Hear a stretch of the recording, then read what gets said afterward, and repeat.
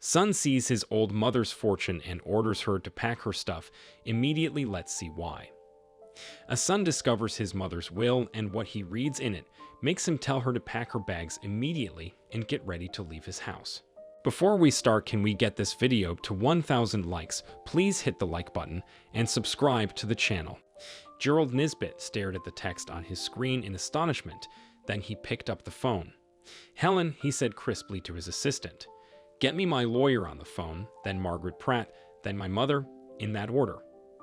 Helen had been Gerald's personal assistant for 10 years, and she knew he wasn't a particularly patient man, so she immediately started calling his attorney.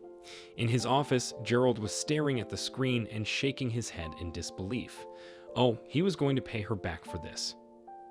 Finally, Helen managed to get hold of the lawyer and put him through. "Sam," said Gerald crisply.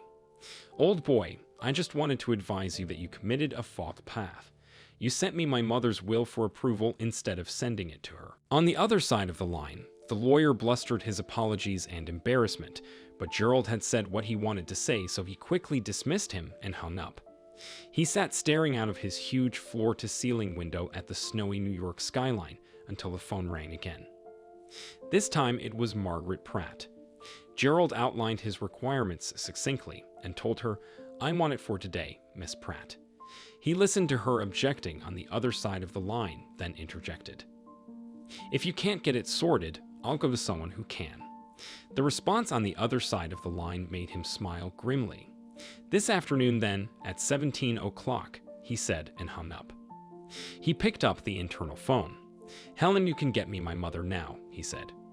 Within seconds, the ever-efficient Helen was patching through Mrs. Edith Nizbit. "Mother," Gerald said, "have two things to tell you.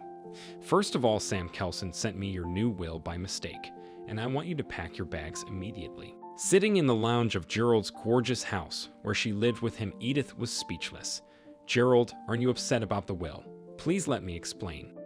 "I don't need your explanations, Mother. I need you to have your bags packed and be ready to leave by 16 o'clock, Gerald said and hung up. Edith sat there with her heart pounding. She thought Gerald would understand. He was the youngest of her 3 children, and the one who'd always stood by her, helped her through the difficulties of life.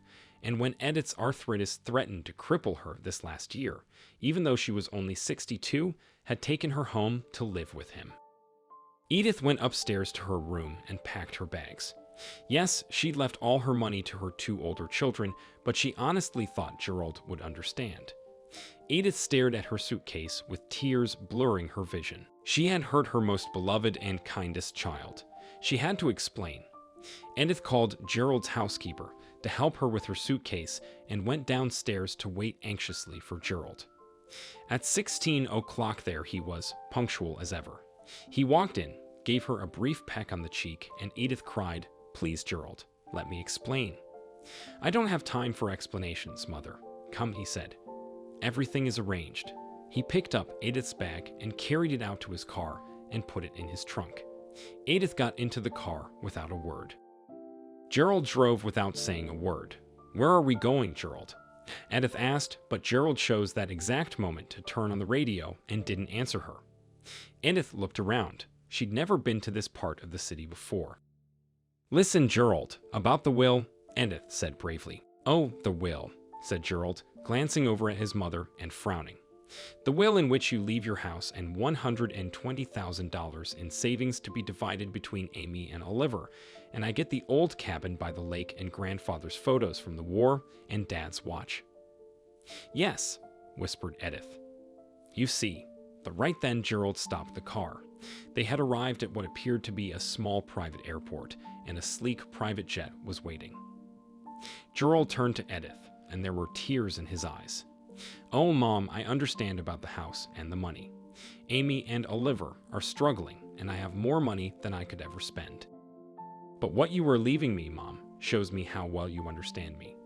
You know exactly what is important to me and close to my heart. I have all the money I need, but the memories you are giving me are precious." "But Gerald," gasped Edith, "I thought you were kicking me out." Gerald grinned.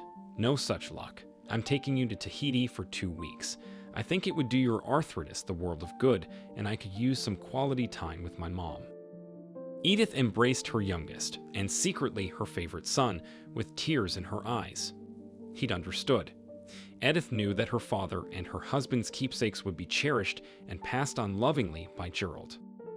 The two spent a lovely time in Tahiti, and Gerald got himself a tan and even met a lovely girl who was also on vacation and came from New York, and it looked to Edith like maybe she wouldn't have to wait too long for those grandchildren after all.